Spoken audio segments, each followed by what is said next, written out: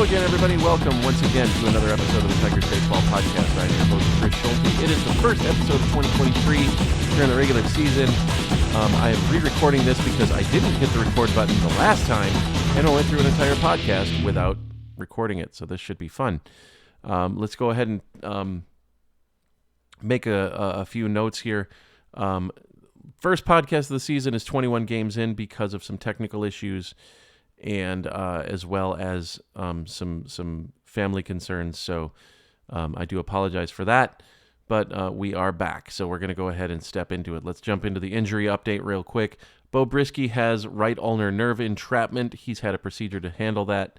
He's on his way to recovery. Matt Manning broke his right pinky toe. He's been throwing on his knees to keep his arm in shape. He's expected to be back by early June. Austin Meadows, sadly, is on the 10-day injured list because of anxiety. We don't know how long that's going to be. We don't know how long that's going to take for him to resolve. We do hope that comes out well for him. And, of course, for those of you who didn't know, Michael Lorenzen and Tyler Nevin, Michael Lorenzen had a slight groin strain. He's back with the team. He started off the season in Toledo rehabbing that. Tyler Nevin started off the season in Toledo rehabbing from an oblique injury, and he is back as well. So the Tigers are pretty healthy at this point.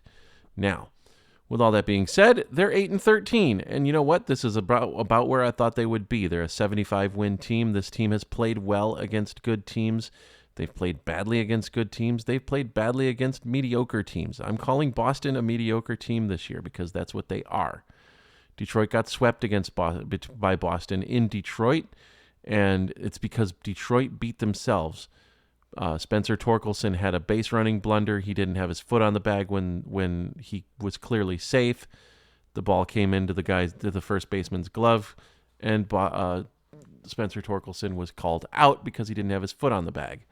The next inning, he had a throw come to him where he clearly caught the ball before the Boston player was on first, but because he didn't have his foot on the bag, the Boston player was called safe. So Spencer Torkelson probably had to pay a bit of a hefty fine in kangaroo court for that. Of course, everybody knows about Javi Baez's issues with base running and the things that went on there. That's been well documented. That's been taken care of, and Javi Baez is playing better because of it. This team is playing better because of Javi Baez's benching. If you look at things, they bench Javi Baez on Wednesday during the Toronto series. So 2 weeks ago, Wednesday. So that would be, let's see, tomorrow is today's the 25th, tomorrow's the 26th. So that would be the 12th.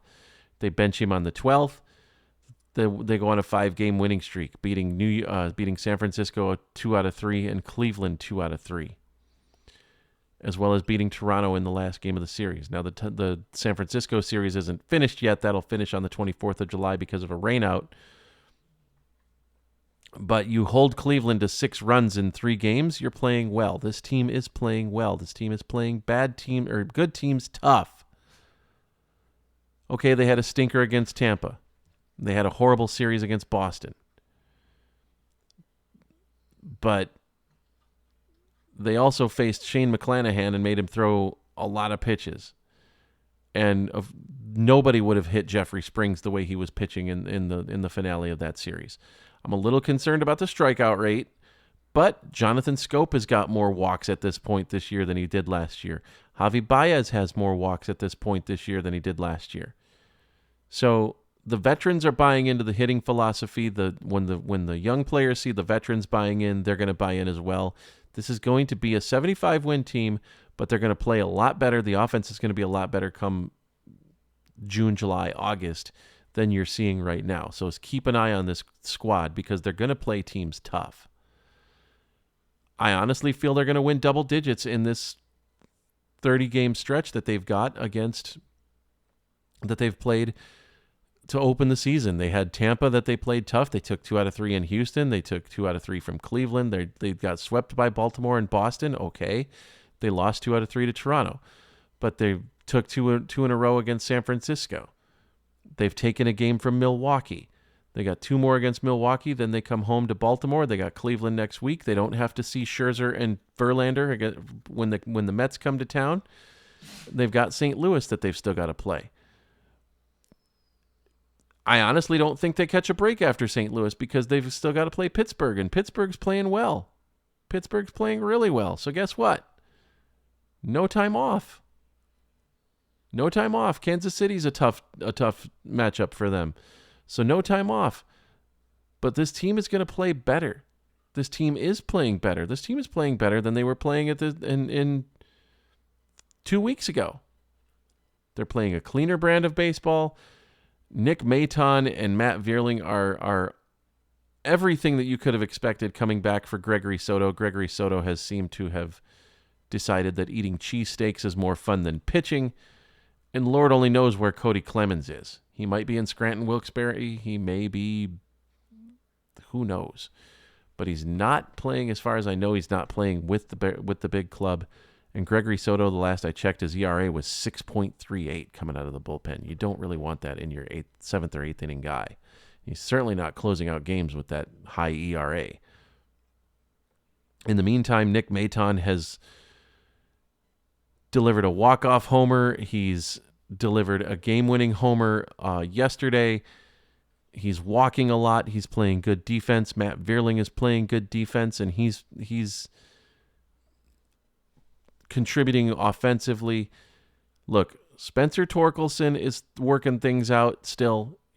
He's got a higher line drive rate than he did this time last year.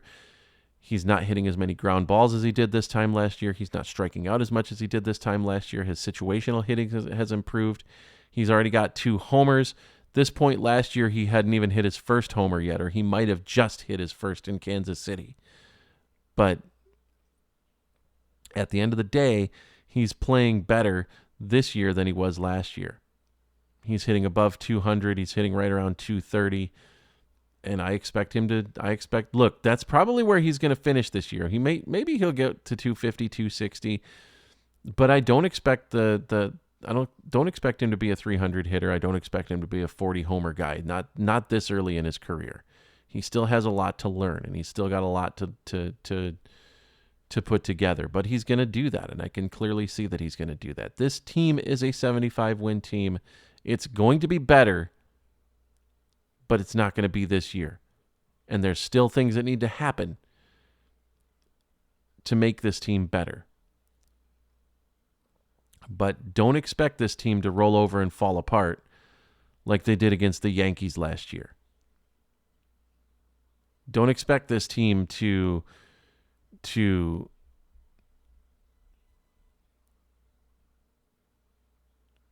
be a whipping boy for other teams this year. It's not going to happen.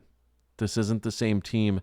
The vibe is better around this team. The energy is better around this team. I really like this team. I don't think they've got enough offensive talent to hang and bang with the big boys. I don't think they have enough offensive talent to finish above 500. Because I don't think Miguel Cabrera's gonna. As far as I know, Miguel Cabrera is playing 1 out of every 3, maybe 2 out of every 3 games, depending on the situation. I believe he played 1 game in Baltimore. He played 1 game in Milwaukee. He might play 2 out of 3 in Milwaukee, depending I think Detroit's got an off day Thursday, so he might play 2 out of 3 in Milwaukee. It just depends on how things go. So with all that being said, I really like the way the Tigers are playing this year. I like where they're going this year. I like what this team is doing. I really, really feel like they beat themselves in a few games, and they could have won those games had they not made significant mental errors. I really think they should have taken 2 out of 3 against Toronto. Had Trey Wingenter executed pitches better, they would have. So I do like what's going on. I like the fact that Alex Lang seems to have settled down into the closer role. AJ Hinch won't name him the closer until after the season because that's what he does. But I really feel like that's going to be his role moving forward. I think Jose Cisnero is starting to turn things around. I think this team is going to be good.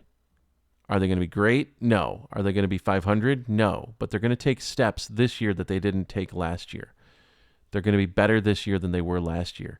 And I think Scott Harris has this team going in the right direction, and I think this team is going to be better next year than a 500 team. I think this team will be contending for a playoff berth next year, and that's saying a lot. Thanks, everybody, for listening to the podcast. I will be back next week. If you want to get in touch with the show, you can email us, tigersbaseballpodcast@gmail.com. It's the world's longest email address, and I'm proud of that. Our Mastodon presence has been killed because the server that I was hosting it on, hitithere.cafe, is no longer there. You can catch me on Twitter @PodcastTigers. I don't have much of a Twitter presence anymore because of accessibility issues, but I'll do my best to make sure that you know. If you're catching the podcast on Spotify or on one of the major podcast platforms, first of all, thank you to Anchor for distributing the podcast. But don't be afraid to check us out on youtube.com/@podcast. So with that, I'm going to take off here. I will catch up with you guys next week. Thank you so much for listening, and go Tigers.